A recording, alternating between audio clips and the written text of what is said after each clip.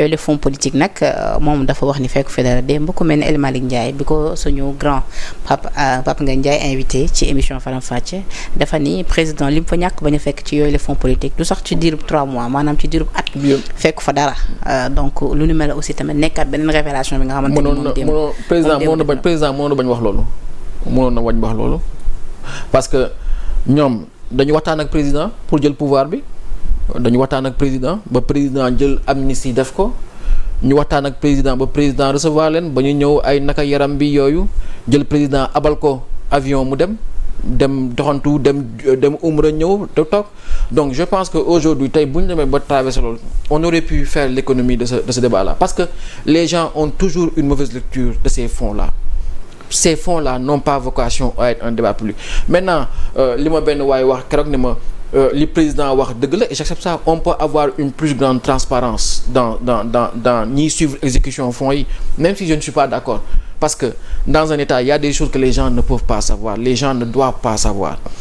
tey man damay jël expérience bi ma si am quand j'ai entendu le président mu ne moom am na ñu mu faj j'étais très satisfait parce que tey boo jëlee ville de Dakar fonds boobu ñu tegoon foofu c'était pour appuyer le maire du jëmmi diw wala jëmm Massa wala Mademba mooy ki fi nekk maire la ñu appuyer parce que dafa am lu nga xamante ne daf koy liggéey en tant que maire dafa am luy tegu ci kawam en tant que maire exemple bu ndaw mooy tu penses que en tant que maire da ngay xëy rek nga ne damay dem songu Sandaga désencombré ko wala damay xëy HLM désencombré ko mais il y a du renseignement il y a de l'information il y a des choses qui ne sont pas gratuites qui s'achètent qui se cherchent et qui ne peuvent pas être sur la place publique et qui protègent l'autorité publique aujourd'hui suñu président de la République au-delà sax li muy faj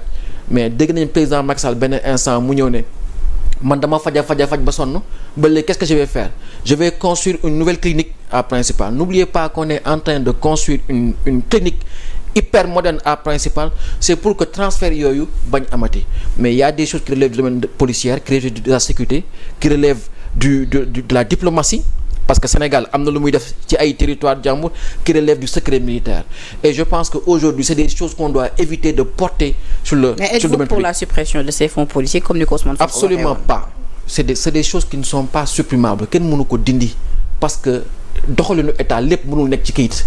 du lépp la ñëpp di xam. mais Sonko waxoon dafa araam. non mais moom moo ko waxoon ça n'engage que lui mooy li mu lay wax moo tax wax nañ lu nekk avant ñuy fallu aujourd'hui la réalité est là bu faloo mais day toog généraux yu toog ne ko na nga la nga doon wax ci biti parce que am na loo xamul woon kaay ñu xamal la nag Sénégal ni lay demee ni la histoire am di demee yéen ni nga fàttaliku quand il y a eu le procès Aziz Diop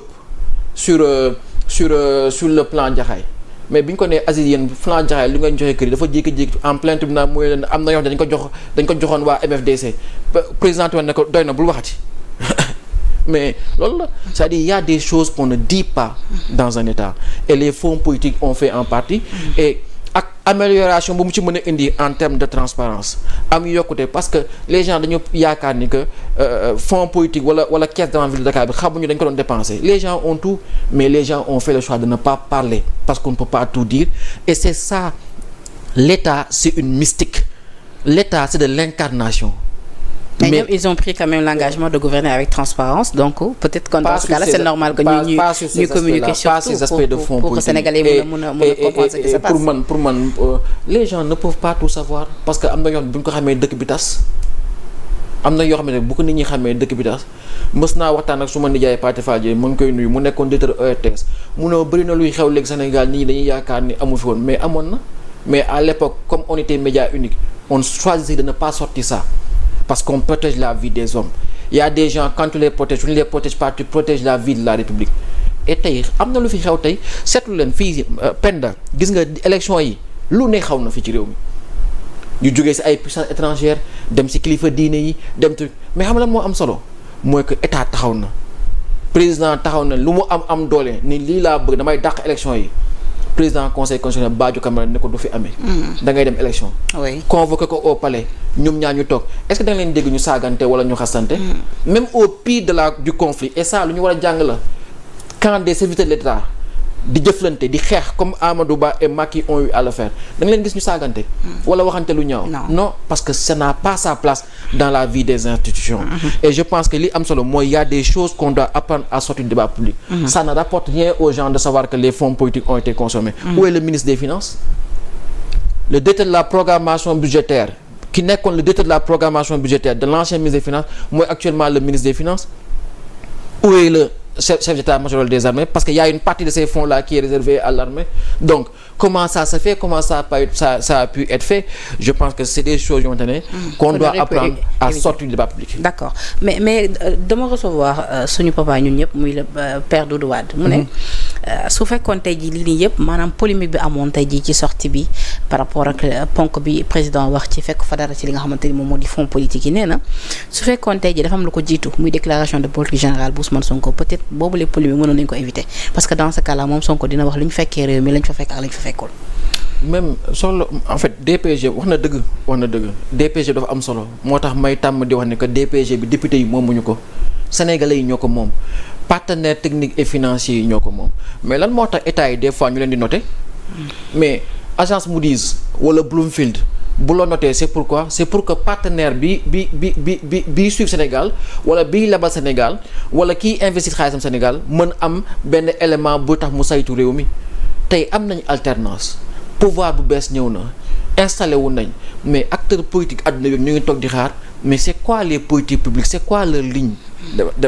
d'évolution loolu moo taxoon DPG bi war a ñëw premier ministre ñëw taxaw en une heure de temps mu expliquer aux Sénégalais aux acteurs politiques fan la jëmale réew mi créer leur politique publique et on a envie de comprendre man tey soo ma nee da ngay def DOB nga jox ma un document nga ni ma su document tu me parles de pôle territorial de développement wala tu me dis que tu vas mettre l'accent sur les agropoles ñun on a toujours dit au gouvernement à chaque marathon budgétaire mais lan moo tax vous ne mettez pas l'accent sur les agropoles, pourquoi avoir choisi de mobiliser des financements pour le TER ou pour l'autoroute à péage jusqu'à Kaolack alors que vous n'arrivez pas à mobiliser des sources de financement pour les agropoles alors que c'est ça la politique industrielle, c'est ça l'autosuffisance alimentaire. Pourquoi jusqu'à présent, à chaque marathon budgétaire, vous nous parlez d'un transfert d'eau, du pré-Ferlo qui va partir du lac de Guiers pour le Ferlo et vous n'avez pas le financement? C'est quoi vos priorités? C'est quoi la hiérarchie de vos choix? Tu me parles de pôle territorial de développement. J'ai envie de comprendre qu'est-ce que ça recouvre. Est-ce que ça veut dire que vous allez enlever les départements? Est-ce que la région va revenir? Est-ce que la logique de métropolisation, le plan national d'aménagement du territoire, l'agence nationale d'aménagement du territoire, est-ce que l'on va continuer? On a envie de comprendre. Mais pour l'instant, on ne sait pas. On entend des ministres Warli, ministre Warli, le premier ministre qui est sorti au Grand Théâtre ou à Koloban ou au Conseil interministériel. Ça ne nous permet pas d'avoir une lecture transversale sur la réalité du pays d'abord, sur le point N, et de pouvoir dire que N+1, N+2, N+3 filendium. Donc c'était important que le Premier ministre vienne faire sa déclaration de politique générale. C'est attendu par nous Sénégalais, mais c'est surtout attendu par le monde parce qu'on interagit avec d'autres acteurs. Déjà loolu dafa am ay préalable, c'est-à-dire da ngay war a defaraat li nga xamante ni moo di règlement intérieur mais ci lu ni mel ma dégg la yow nga ni Premier ministre nga ni Assemblée nationale ñëpp mën nañ koo humilier sauf le PM lan nga bëggoon wax foofu. Parce que PM dafa révolutionner Assemblée nationale moom dafa porter benn liste Yewwi Askan Wi en disant aux gens que si on veut bloquer Macky ci li mu bëgg def ci réew mi c'est par l'Assemblée qu'on va le faire et il l'a réussi. Pour la première fois la liste qu'il a dirigée a porté 82 députés à l'Assemblée nationale. Mais comme par exemple pour l'histoire en face c'était la liste de Mimi Touré qui est là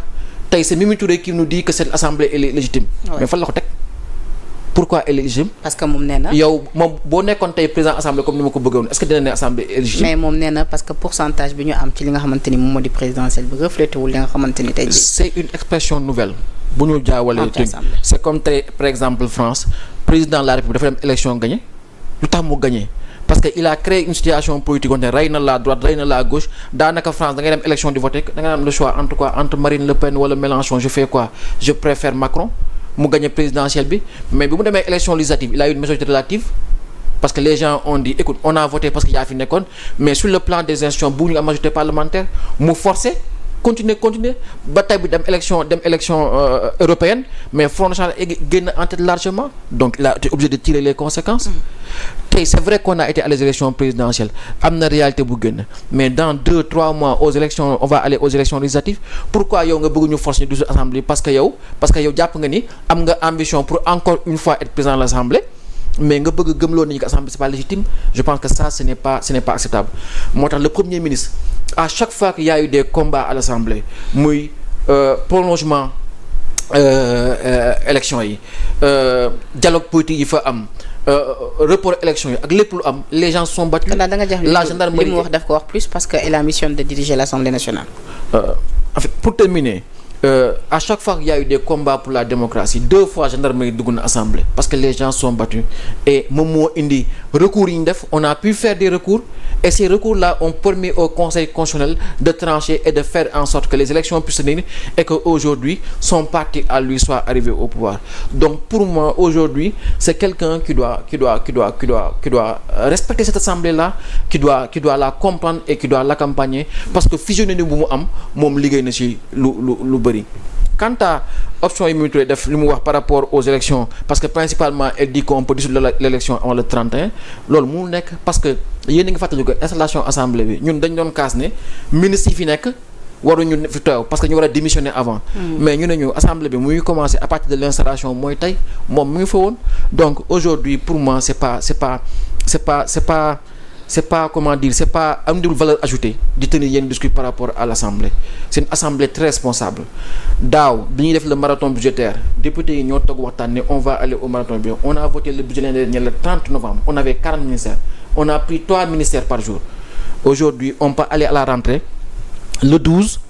bu ñu jógee ci rentrée bi on peut faire le marathon budgétaire très rapidement et le président de la République parce qu'il a envie d'aller aux élections voter que budget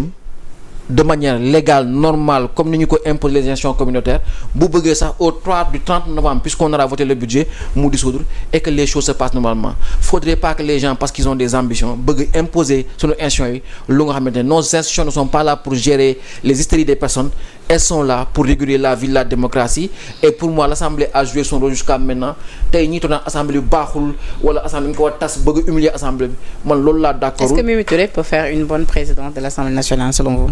Mais Madame Mimi Touré est très très outillée nit ku elle a fait une bonne formation académique elle a fait une bonne formation intellectuelle man personnellement ku ma respecte la même si je suis pas d'accord avec sa façon de faire d'accord ma ci parce que man kilifa bëgguma ngay am tout le temps ay excès nekk nga ci Macky défendre nga Macky attaqué nga Sonko wax nga ko lu nekk parce que boobu yow boo nga ne tête liste nekk nga tête liste jàpp nga ni comme yaa nekkoon tête liste yow la ñu war def président def nga le président claqué nga la porte dem nga ñëw nga dans l'opposition tu ne peux pas continuer à être celle qui prend toujours ce rôle là man maa sañ wax lu kenn sañu wax man maa sañ xeex bu kenn kañu xeex peut-être parce que tu considères que au niveau du PASTEF y a pas de gros calibre y a pas de personnalité de premier plan et que tu penses que tu peux être président de l'Assemblée. Aujourd'hui pour man on n'a pas intérêt à humilier nos institutions parce que au bout du bout nos institutions arbitrent nos conflits politiques et je pense que aujourd'hui je ne suis pas d'accord avec tout ce qu'elle fait, comment elle le fait, même si c'est une personne que je respecte. Maintenant, est-ce qu'elle sera présidente de l'Assemblée? C'est un choix du PASTEF qu'ils feront en toute autonomie. Alors fu ngeen toll ci li nga xamante ni moom moo di règlement intérieur Assemblée nationale bi. Règlement su ko defee PM mun a ñëw amal li nga xamante ni moo di déclaration de politique. Règlement intérieur bi dem na comment dire dem nañ def benn séminaire. Il y avait 10 députés, il y avait 5 de Benno, il y avait 3 de Yewwi, 2 de Wallu. Oui, séminaire yi ngeen doon amal Mbour. Ouais, ils ont fait un séminaire à Mbour parce que les gens pensent que lu bees la mais ça fait depuis le début les gens travaillent ci règlement intérieur bi parce que bu leen fàtte ni premier jour installation assemblée bi xulloo yi amoon ak xeex yi amoon mu ngi jógee ci interprétation règlement intérieur bi parce que règlement intérieur dafa tàmm am parce que règlement intérieur dañ ko tënk pour majorité bi. ñoom dañu tàmm am benn candidat ñu tànn ko mais cette fois-ci on avait 2-3 candidats on n'était pas d'accord sur les règles du jeu et ça venait du règlement intérieur tey assemblée dañu ne par exemple boo jógee sa parti am na droit dàq la assemblée mais tey assemblée daanaka kenn ñëwtu fa ak parti les gens viennent en coalition les gens viennent même en intercoalition. moo tax bi ñuy dàq Mimi Touré on a violé le règlement intérieur tey assemblée dem na ba ñun ñëw nañ intercoalition Yewwi Wallu defaat nañ encore au renouvellement du bureau à la rentrée am nañ problème ñun génne nañ coalition Yewwi mais on aurait voulu fonder un groupe mais amoon na coow entre Wade ak Diagne Fada gars yi dañuy vérifier loolu ñu ne boo génnee benn groupe mënoo bokk beneen groupe. moo tax ba tey ngeen nekk ay non inscrits. tey assemblée dem na ba tey assemblée daawul am plus de 3 non inscrits. donte ni matoon ngeen nombre pour taxawal li nga xamante ni moo di. tey demoon nañu ba assemblée mësul weesu ay 3 non inscrits rentrée bi on avait 2 non inscrits muy Pape Djibril Fall ak Thierno Alassane Sall mais dem nañ ba taxawu démissionnaire Yewwi am nañ 14 députés muy 16 non inscrits Mariétou Dieng bu réew mi démissionné Benno muy 17 non inscrits. Adja Ndeye Fatou Guissé bu fekkee ma ci boole démissionné na